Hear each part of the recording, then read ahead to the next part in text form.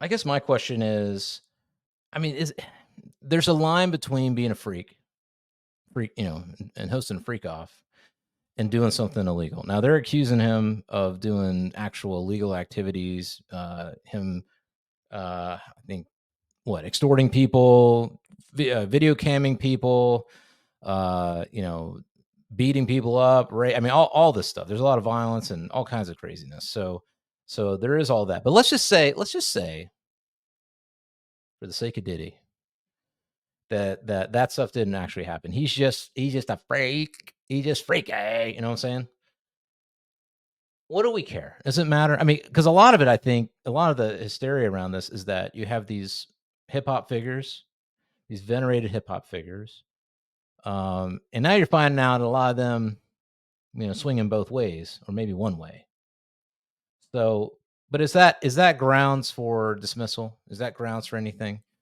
I mean, but we know by a lot of people's testimonies, like he was engaged in a blackmail organization with the record labels, and what he would do is he would get these new artists who are like on the come up and they want to get signed, and he would bring them to the party, and he would drug them or get them getting fucking taken in the ass or doing something with maybe somebody underage or who knows what, something that would tarnish them and destroy their reputation. And then they would go to sign their record deals, and the record companies would give them a really shit deal, and that if they turned it down, they would be like, yo, play the tape for them, and they would show them the tape of the shit that they have on them, and then they get signed and they get stuck with that record deal because they don't want this shit to come out, bro. And then it's crazy, it's insane. I'm laughing because in my head it's like a cartoon skit where, like, the rapper's in the thing and they're like at the literal table, and then the executive has like the library of books behind him, and then he just hits a button and the thing scrolls up and it's a video of him, getting whatever happening. So that's what I'm laughing at. I'm not laughing at the victims of whatever's going on. So And there's a lot of people that have said this, so it's not like a single incident. There's a lot of people who were in the music industry that have come out and said some weird shit about Diddy. Even fucking 50 Cent, bro, talks about how one day Diddy was trying to take him shopping, and he just fucking there's just a bit of constant trail. hold on a second. Hold on a second. If a rich man offered either you the opportunity to go shopping and buy some clothes, would you take that opportunity? He's like, I'm gonna take you to Bajan, or I'm gonna take you to, freaking, I don't know, Balenciaga. You know what I'm saying? He's a homie. Like, it's me. Let's say it's me.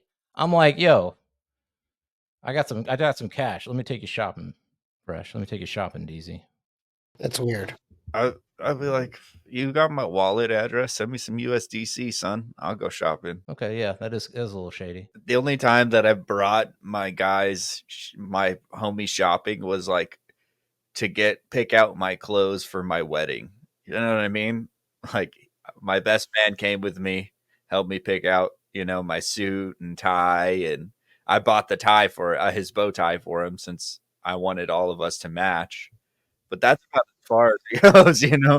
Yeah, it makes sense for events even. Like, it doesn't even have to be something as drastic as a wedding. Let's just say it, like, for an example, like, yo, we're gonna go to this party and we're gonna schmooze. And like, you're in my city, you don't have nothing to wear to this party, you don't have no money with you really. Like, am I supposed to be like, well, fuck you, bro? Okay, let's get you an outfit. That's cool. But I think it's a little different than like, yo, let me take you shopping, because like that's, especially in their world, that's what they do to women, right? Like, so baby, let's go to Fifth Avenue, girl. You know what I mean? So now he's doing that to 50. That's a little weird. The only person that takes me shopping is my mama. I don't know. I wouldn't go shopping with my mom. She had her way with my shopping, with my fashion taste for 13 years, and when I was in high school, it did not serve me well. Let's just say that. She's not allowed to pick. Like if I really like something, then I can't be deterred. I can be talked into liking something, but you're not gonna talk me out of something I like. I think it's just the idea of the word shopping is what makes it weird. Why would you describe it that? I mean, there's another thing Charlamagne brought up with Diddy. I mean, they kind of been telling us for years. I mean, have they been telling us for years that something's up with Diddy? Because Charlamagne played some. What was the context of that? He played a tape of Diddy calling him daddy or something like that. I don't think he was talking to Charlamagne. He was talking to somebody else. Yeah. Diddy likes to say daddy to male performers and friends. So, I mean, is that weird? I mean, how would you feel if I called y'all daddy? Absolutely weird. Pretty gay. Is that weird, daddy? Absolutely, bro. Don't call me that. Yeah, it's pretty weird. I mean, there's also Kevin Hart. He kind of told us he didn't want to get on the bed with Diddy. I mean, he didn't want to get in the bed with Diddy. Bro, back in the day, Usher did an interview and he said when he was 13, L.A. Reid sent him to Camp Puff for a year to live with Diddy for a year. And he said some wild shit went on. I can't tell you what it is or whatever, bro. Like, dog, Usher was 13. Yeah, bro. Who knows what he did to Justin Bieber, dude? I don't even like to talk about the Biebs, bro. That makes me sad, G. What do you think happened with him and Bieber? I know that he was trying, according to Jaguar. So Jaguar Wright, for anybody who doesn't know, look up her videos on YouTube. I'm not even sure who she is. She was somebody that was in their circle of people back in the 90s, in the late 90s, early 2000s. I think she was an artist as well, right? I'm not sure, but she was talking about this stuff on YouTube for the last, at least I found out about her from about a year or two ago. And she was saying all this stuff that we're now seeing. And people thought she was crazy. People thought she was wilding out or just, trying to get attention or a paycheck of some kind. But she turned out to be right on a lot of this stuff. And yeah, I mean, she says that, one, that Usher had, like, Bieber was a minor, right? So in order for things to happen, he had to have a parental, quote unquote, parental guardian. She's saying that Usher was that person. And then she's saying that Diddy wanted to be that person, but couldn't do it. And then when Usher had that role, he basically signed Justin over to Diddy for 48 hours so that Diddy could have parental guardianship. Yeah, bro, when he was 14 years old. And then like Justin fucking sings all kinds of songs about some weird shit, bro. He sings about a Diddy party. Yeah. I don't know if you've seen that, Deezy, but like there's a whole line of verses and stuff that he has in it. I don't know which song it is. Do you guys know what song it is? I don't. We'll have to find that, but like we'll put it in the show notes. But yeah, he sings a whole verse where he's talking about how he went to a Diddy party and they did all kinds of stuff and he had nobody to talk to. It's really, I don't know. There's definitely a lot with Bieber. You got Stephen Baldwin, who's Bieber's uncle. No, that's his father-in-law, no? Oh, father-in-law. Sorry, father-in-law. He's married to Haley Bieber, who was Haley Baldwin. Stephen Baldwin is her father. And he's been dropping all kinds of crazy clues, like, like things are coming down, get ready, shit's about. He's like a Q guy, bro. He's a Q guy. Yeah. He might be Q.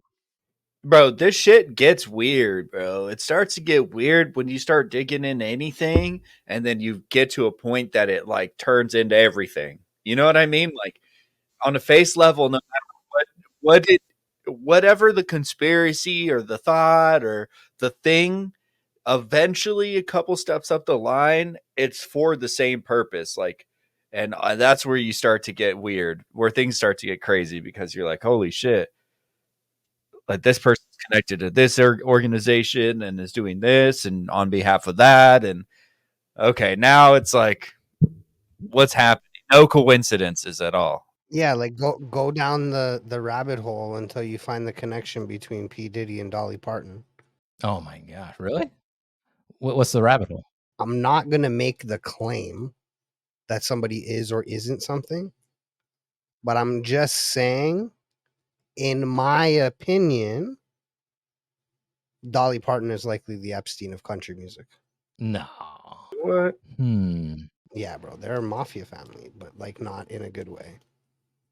Like they're like the country music mafia family, right? But that's for another day. Yeah, they'll go to Dolly Parton's house and find 1,000 hairbrushes or something. I don't know.